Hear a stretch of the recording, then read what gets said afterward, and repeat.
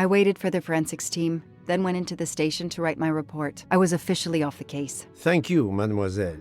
That obviously cannot be the completion of your story. If I might ask a question? Of course.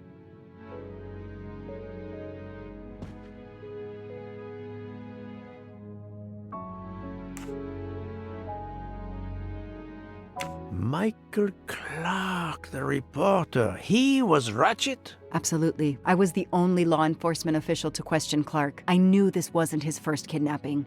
You looked for similar cases. What do you Americans call the MMOs? Means, motive, and opportunity. Yes, I looked for someone in plain sight. Someone on the edge of a kidnapping case. Someone in plain view, keeping track of the investigations.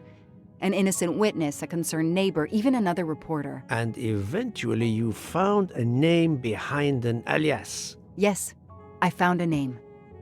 Cassetti, the real name. The real name of the man you call Ratchet is Cassetti. This explains much, mademoiselle, but not all.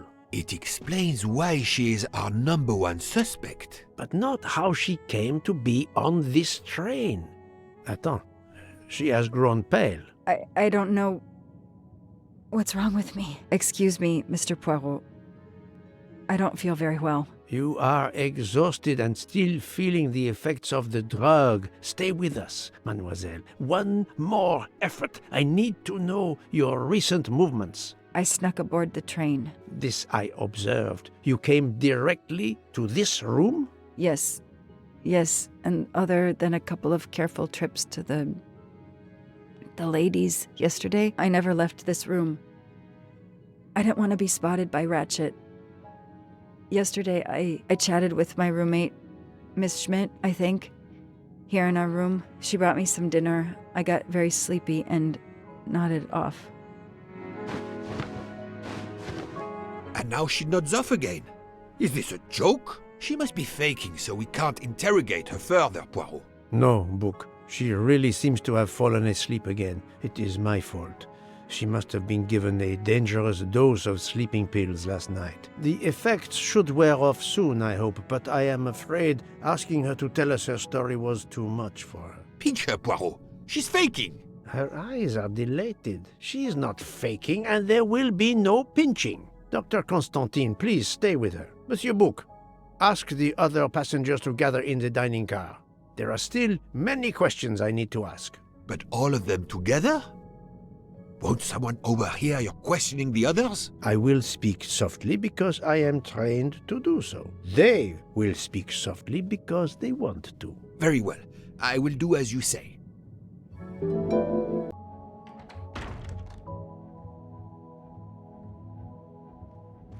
The passengers who agreed to come and talk to you are assembled, Poirot. Mr. Masterman is already here to answer your questions. Perfect. Thank you, my friend. Sit down, Monsieur Masterman, please. Thank you. Does the name Cassetti mean anything to you?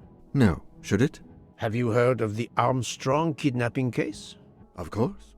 It was all over the news a few years ago. Your employer's real name is Cassetti. He was the man behind that kidnapping. Mr. Ratchet was... He murdered that poor little girl? Mr. McQueen, the man you worked for is a kidnapper named Cassetti. What? What kidnapping? He murdered his victim, a child named Daisy Armstrong. The Armstrong kidnapping? You had no idea of Monsieur Ratchet's real name? Damn skunk! Why are you so upset? My father was the district attorney who handled the case, Mr. Poirot. I saw Mrs. Armstrong more than once. She was a lovely woman, so gentle and heartbroken. If ever a man deserved what he got, Ratchet, or Cassetti, is the man. He didn't deserve to live. Madame Olson, have you heard of the Daisy Armstrong case? No, I've never heard of it. It was only 2 years ago. It was famous. Maybe so, but it was not famous in Spain, where I have been helping the refugees from Africa. You've never heard the name Daisy Armstrong? No, never. Daisy Armstrong? No. No. No! No! Yes, It was all over the English tabloids before I went to Jordan. A horrific crime that claimed the lives of an entire family and their wrongfully accused nanny. That's right, isn't it? Quite so. I thought the culprit had been punished. Some might say that the culprit was punished last night. Oh, my heavens. May I ask you a few more questions? Yes, of course. You read about the crime, as you said, in the tabloids. Yes, that's right. For weeks, news of the royal family was eclipsed. Have you ever been to the United States, mademoiselle? No, never. Jordan was really my first trip abroad. You were in Jordan? Yes, I was an English tutor there to the children of a high official. Until recently. What is your relationship to Captain Arbuthnot? Who? A former soldier traveling with us. You must have met him. Ah, yes, I met him on the platform in Istanbul. We only had a brief exchange of pleasantries, nothing more. British Reserve and all that. Ah, the British Reserve. Yes, with this I am familiar.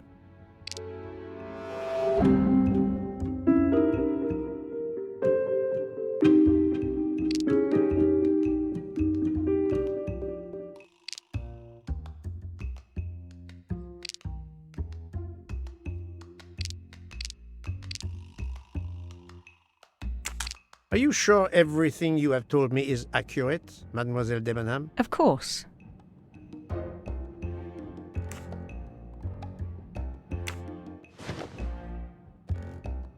Mademoiselle, I know that you met Captain Arbuthnot at the Tocatlion Hotel. You were spying on me. I am very attentive to my surroundings. It helps in my profession. Well, it's your word against mine. I had occasion to be of some assistance in recovering Captain Arbuthnot's train ticket. While searching his room, I also discovered one of your earrings. Whatever your relationship may be to the good captain, I doubt it has anything to do with British Reserve. You will not tell me your secret, mademoiselle? I can't. I don't know what you mean. Poirot, Miss Debenham's got nothing to do with this business. Nothing. Do you hear?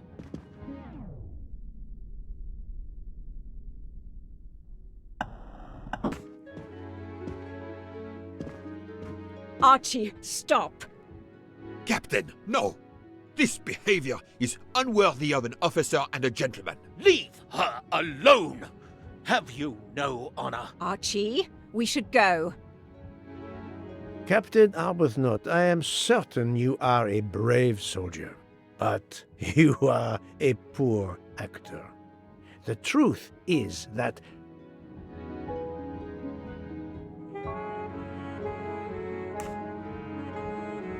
your relationship with Miss Debenham is beyond doubt, Captain. Your reaction was apparently that of a man trying to protect the woman he loves. I might understand that if your relationship were some cleverly disguised secret, but it is not.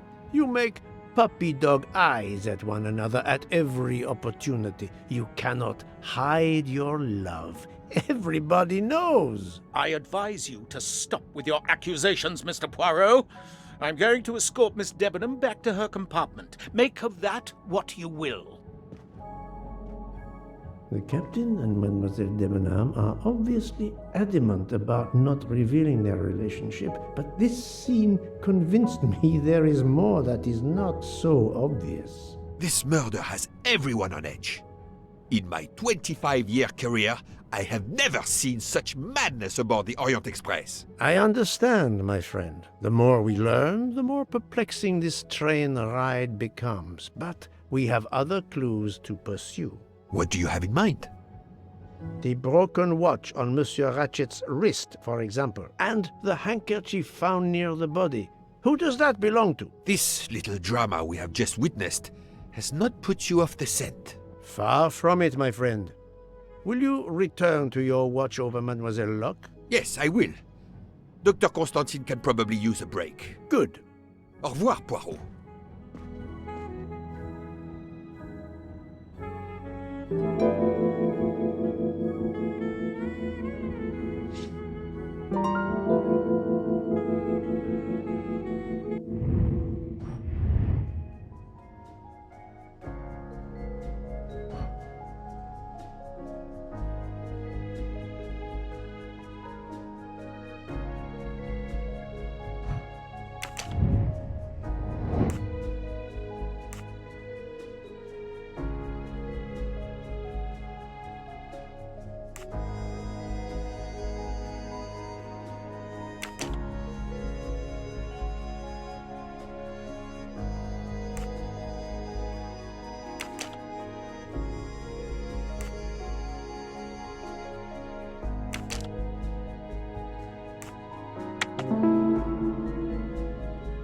Yes, there are only 3 possible hypotheses.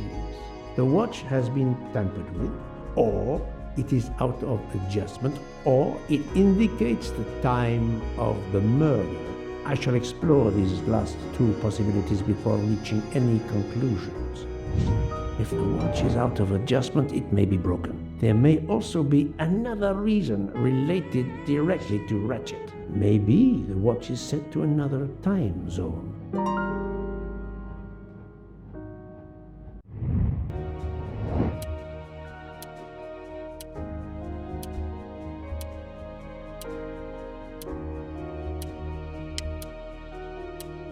The watch was not defective because the second hand is still moving. That was easy.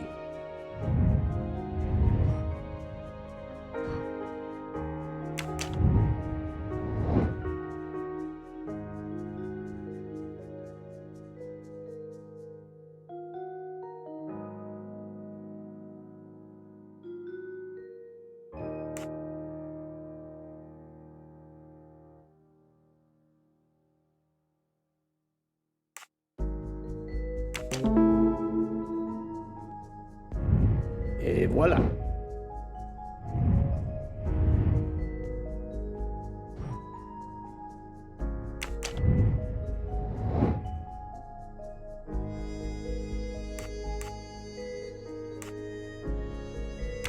Fantastique.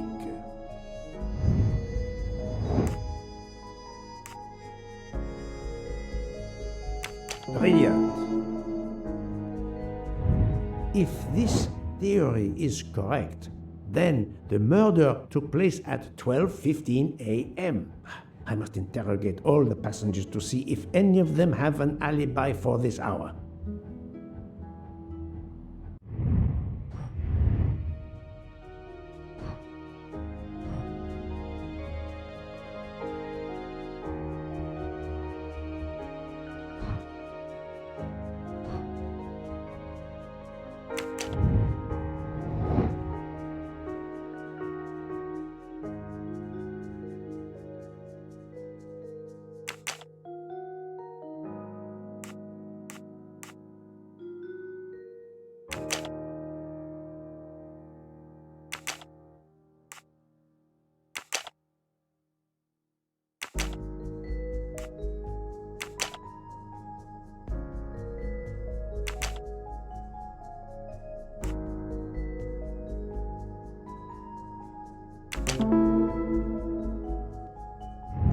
That's the right answer.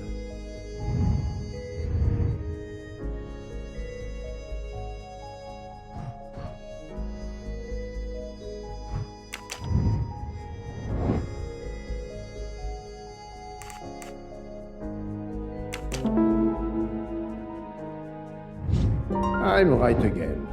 That happens to me a lot.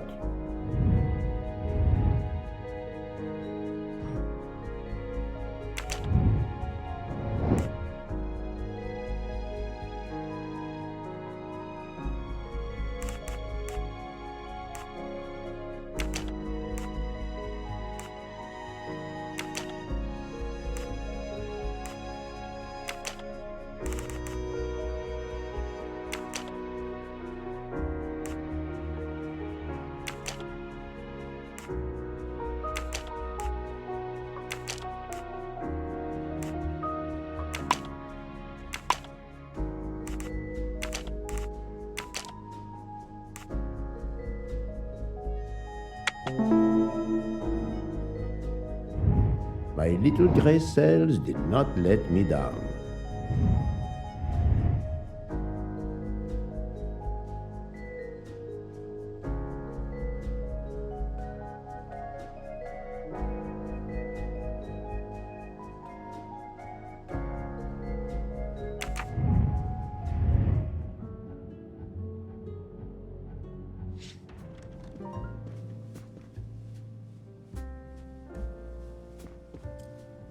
Monsieur Foscarelli, I would like to ask you a few questions, if you allow me. Ah, Signore Poirot, is it?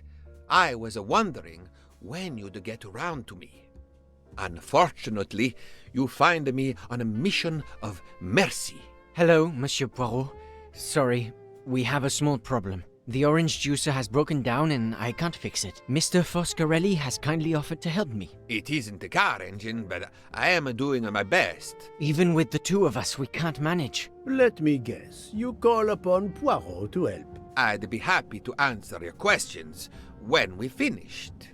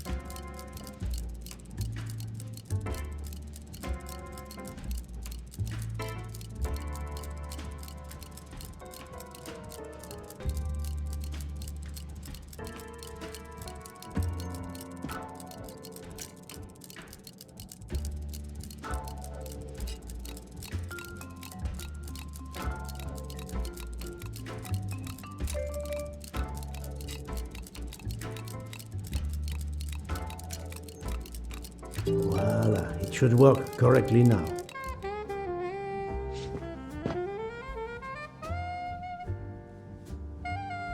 Bravo! I should stick to automobiles. Well, now we can talk calmly. Monsieur Foscarelli, is it? Antonio Foscarelli, delighted, Monsieur Poirot. You have, of course, heard about Ratchet's murder last night. Oh, naturally. It is all anyone is talking about.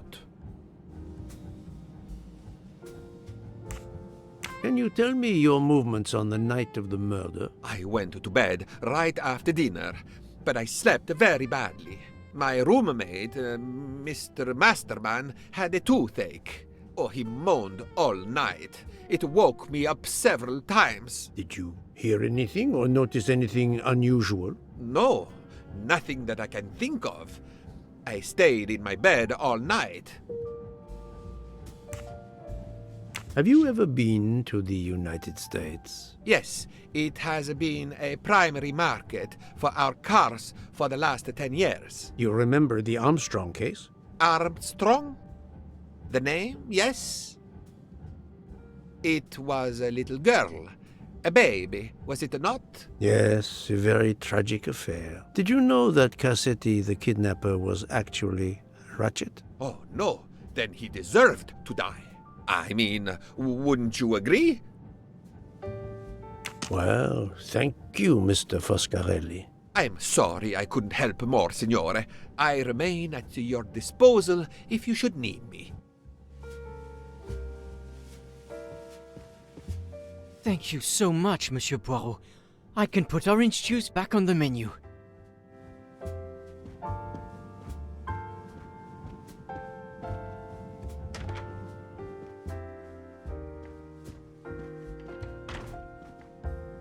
Enchanté, mademoiselle. You are Hildegard Schmidt? I am, jawohl. And you, I know, are Herr Poirot. Correct. May I ask you for a few minutes of your time to answer a few questions? With pleasure, but first may I ask for your help? Why does this not surprise me? I don't know. I am at your service, Fraulein. My mistress, Princess Dragomirov, has asked me to open this traditional Matryoshka doll. There is a trinket inside she must retrieve. Madame, in my experience, each Russian nesting doll simply pulls apart to reveal the next one inside. Indeed. Yet try it for yourself. As you wish. Ah, you are a gentleman.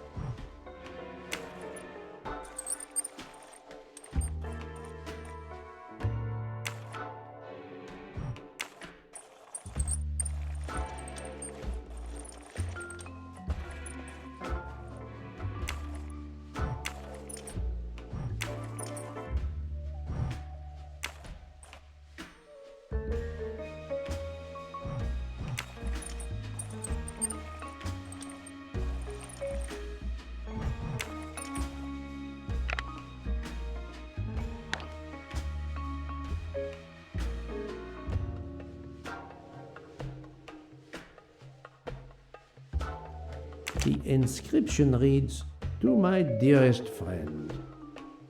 Ah, thank you very much. This doll reminds her of her youth in Russia. It was very hard under the Soviet regime, but thanks to her strength of will, she rose to be the head of a museum of antiquities in St. Petersburg. Even though she now lives in Berlin, it is said that the Kremlin still fears her. She must be a formidable woman indeed. You are her maid? I am her companion. I help her in her daily tasks, and I keep her company. Ah, forgive me. You will have heard of Ratchet's murder last night. Yes, of course. Everyone is talking about it. Can you tell me how you occupied your time last night? Just after we left Istanbul, I had tea with my roommate, Fräulein Locke. I went to dinner with the princess, and when I returned to my compartment, Fräulein Locke was already asleep. A little later, Herr Michel, the conductor, came to get me because Madame la Princesse needed my help. Her back troubles her. I massaged her for about an hour. Do you remember the time? I'm sorry, I do not, mein Herr. Have you lost a handkerchief embroidered with an H, madame? Oh, no, monsieur. I thought perhaps since your first name is Hildegard. It is not mine, I tell you. I could not afford something so nice. I have no idea who it belongs to. My apologies, I did not mean to alarm you. Thank you for answering my questions, madame.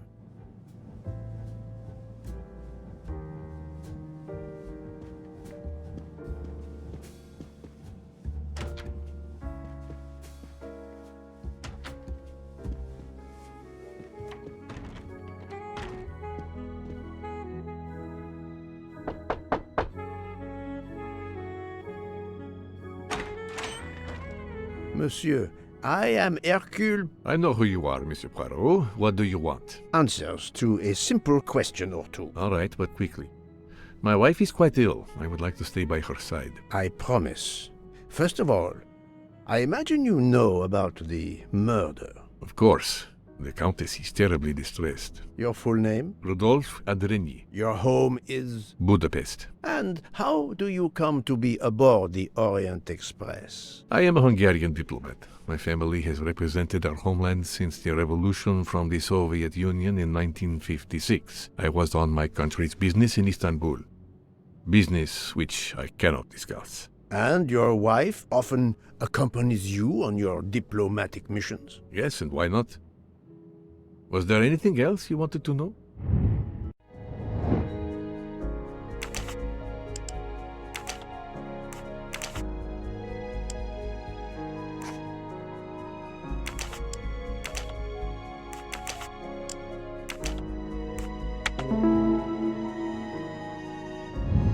Et voilà.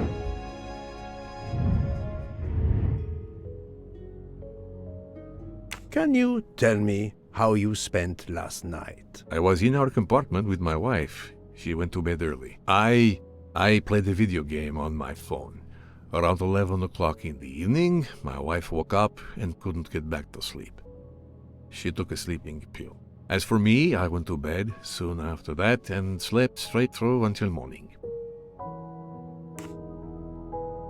Have you ever been to the United States? I was posted to the Hungarian embassy in Washington for a year. You knew perhaps the Armstrong family. Armstrong? Armstrong. It is difficult to recall. One meets so many people. It was the kidnapping of a child, a very sad affair. The culprit was the man on this train who called himself Ratchet, the one who was murdered last night. Indeed. It sounds like justice finally caught up with him. Thank you for your time. Now, I'd like to speak to your wife, if you don't mind. It's impossible. As I told you, my wife is very ill. Thank you, and good luck with the investigation. Eh bien, the good Count does not appear to want me to talk to his wife.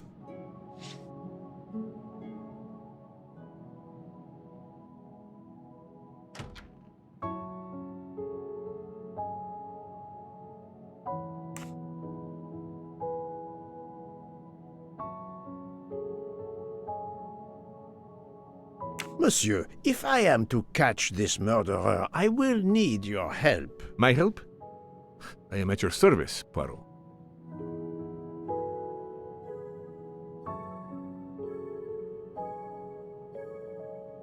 You are obviously a devoted husband, Count Andrini. My wife means the world to me. There were questions in Budapest about a Hungarian diplomat marrying an American woman. It did not deter you. I would have given up my position for her. I would think it is universal. Are you married, Mr. Poirot? No, I fear marriage is not for me. But her condition, is it very grave? She is suffering a bout of vertigo. You understand? The room spins.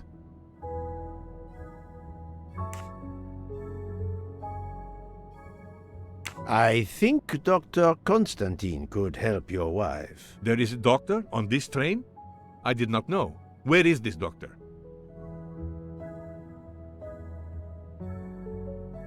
I think Dr. Constantine is in the lounge car. If not, perhaps the conductor can tell you where he is. Very well, I will find him. Thank you very much.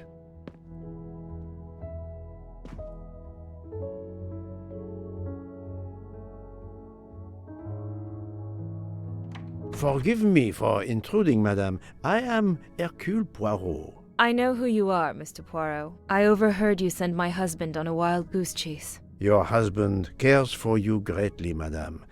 I apologize for exploiting that fact. But the situation is urgent, and I need to ask you a few questions. Apology accepted. I realize you must speak to everyone. This horrendous murder. It's very upsetting. That is a beautiful music box. Please don't touch the music box. It's a fragile family heirloom. Your accent, is it American? Boston, perhaps? You have a good ear, Mr. Poirot. Yes. Born and raised in what we call the Back Bay. Are you in the diplomatic service like your husband? No, not officially. I was still in college when I met Rudy 2 years ago. I keep myself busy handling his scheduling, travel, appointments. Ah, what is the saying? Behind every great man there is a great woman. That was the saying. Today one might reverse the sentiment as well, don't you think? Of course, I stand corrected.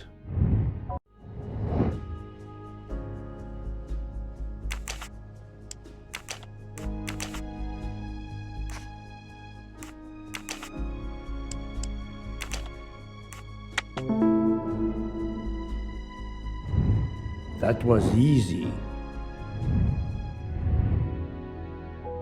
A handkerchief embroidered with an H was found at the crime scene. By any chance, does your first name begin with an H? No, my first name is Elena, with an E. Can you tell me what you did last night? Well, my husband and I went to dinner. Then we came back here. We went to bed around 10 o'clock. I tried to sleep, but I couldn't because of the shaking of the train. I suffer from vertigo. I finally took a sleeping pill and that did the trick. When did the train's motion prevent you from sleeping? Between midnight and 2 a.m. I know because I must have looked at my watch about 10 times.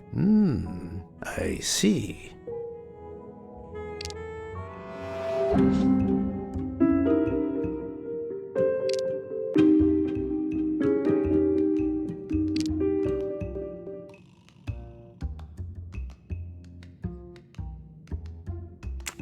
Come now, Countess. You are not telling me the truth. Why do you say that?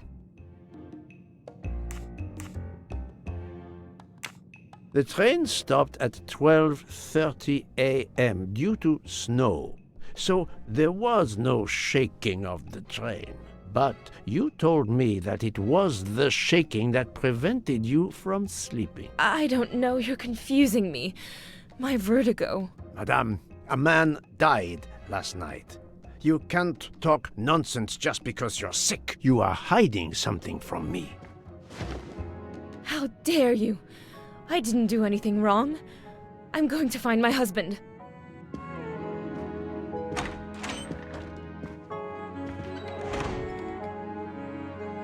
That was unkind, I know, but my strategy worked. I can now inspect this room in peace.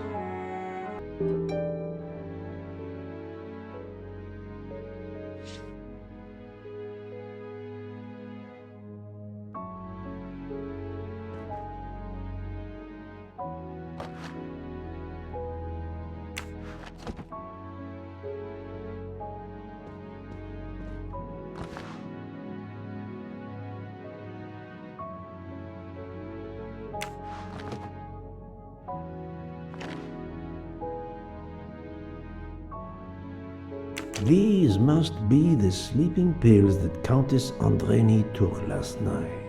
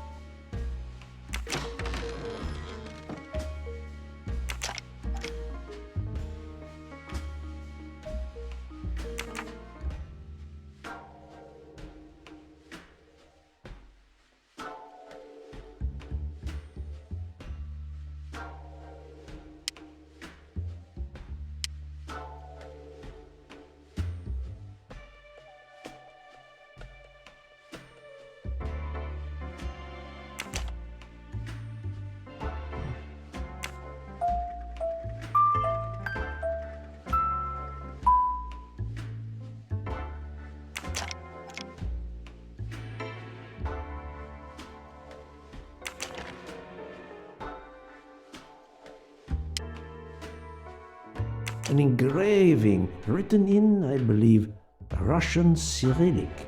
It looks like a first name.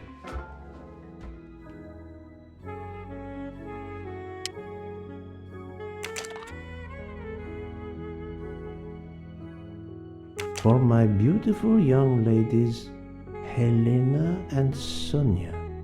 Helena with an H.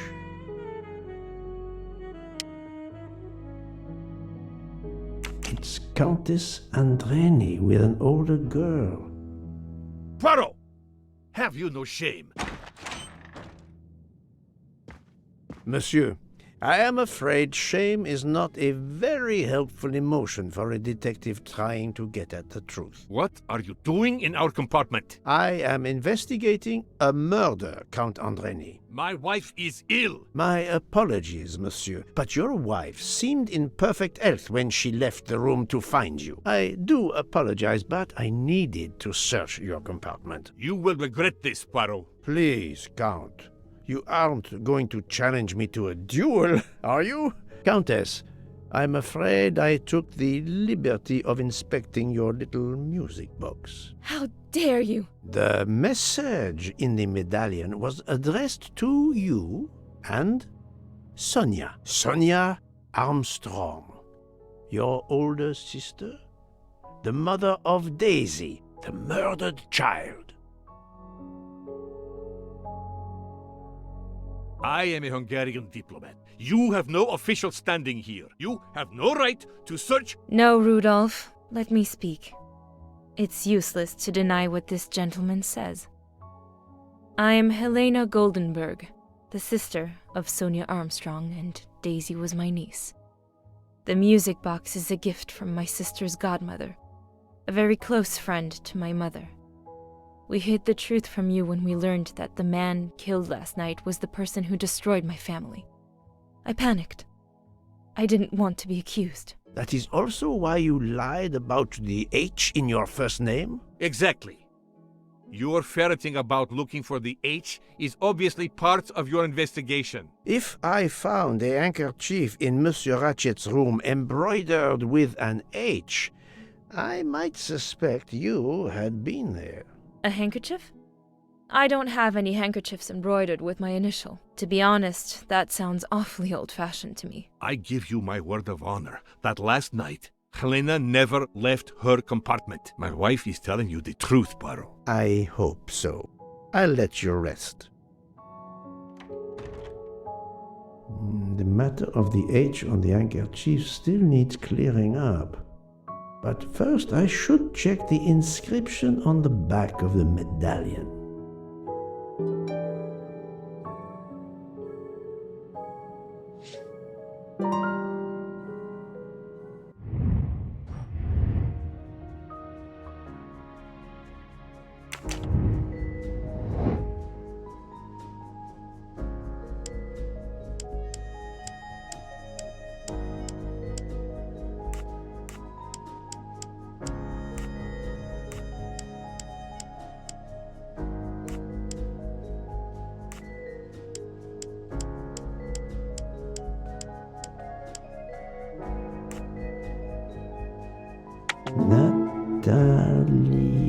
Natalia.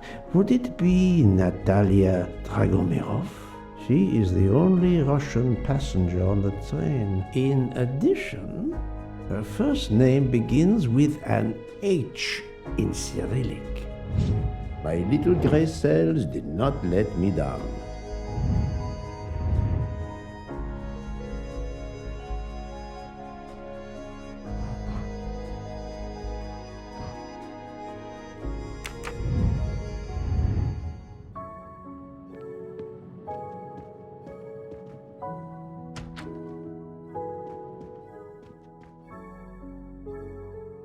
Madame Hubbard, may I ask you a question or two? It won't take long. Anything I can do to help. Have you misplaced a handkerchief recently? No, I don't think so. Why? We found a handkerchief embroidered with the letter H, so I thought it might have been yours. I'm sorry, but it's not. It may belong to Miss Schmidt, Princess Dragomirov's lady's maid. I believe her first name is Hildegard. It is a possibility. Anyone could be lying, of course. I thank you, madame.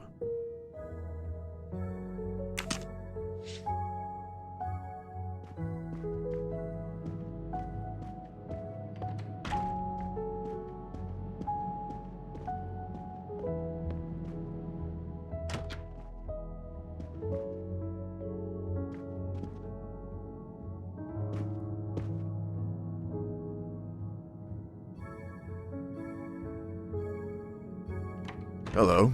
Can I do something for you? Hello, Monsieur Hardman, I believe. You have heard of the murder? Cyrus Hardman. Yes, and the fact that there's been a murder is all over the train. You do not seem very concerned about it, monsieur. It's not the first murder I've run across. I had no idea the selling of toys was so dangerous. I did overhear you mention at dinner that this is your profession. Toy salesman is a cover. I'm a private detective, just like you, from the U.S.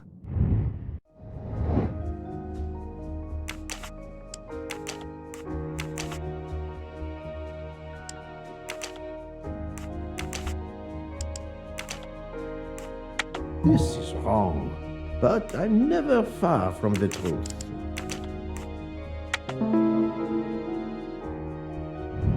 That's the right answer. I did not expect to find another detective on this train. I just finished a job in Istanbul when I received an email from Ratchet. He hired me to protect him. Something you failed to do. I'm not happy about that. He'd received some threatening letters. I was supposed to watch his back, and yeah, something I failed to do. But he seemed to think he was in more danger when he left the train. He was traveling to Paris? I assume so, but I'm not entirely sure. Can anyone on this train confirm your identity? Yeah, that McQueen kid. Ratchet's secretary.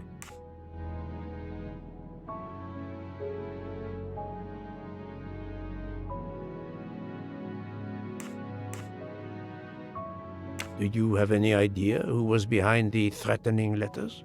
I don't know his name, but Ratchet told me he was a small man. Dark hair, with a womanish kind of voice. Oh, thank you for your help. Were you on duty last night? You bet. I kept my door open a crack and I watched all night.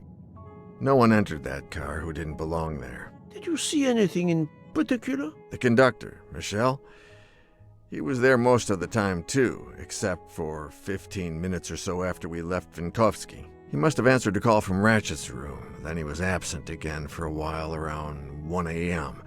After that, he didn't move until 5.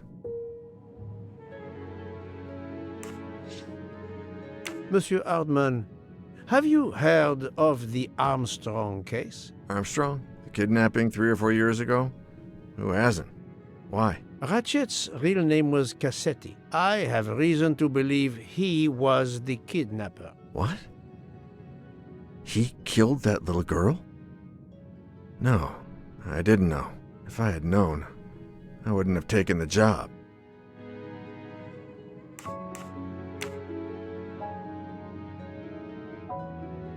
Is this handkerchief embroidered with an H yours? Do I look like the kind of guy who would use a handkerchief like that? Thank you for answering my questions, Monsieur Hardman. Listen, Poirot. I know I fell down on the job, but if you need help, any at all, let me know. I'd like to make it right.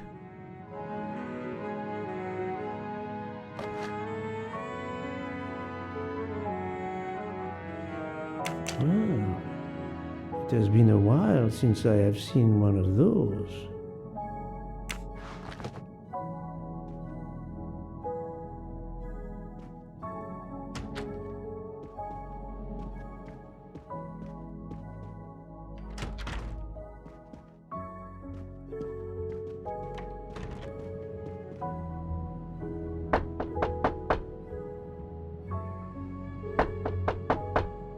I am not prepared to receive anyone. Come back later. I'm sorry, madame, but a man has been murdered. I must ask you a few questions. You must have misunderstood me. I cannot speak to you just now. Madame, I know that Sonia Armstrong is your goddaughter. Come in, please.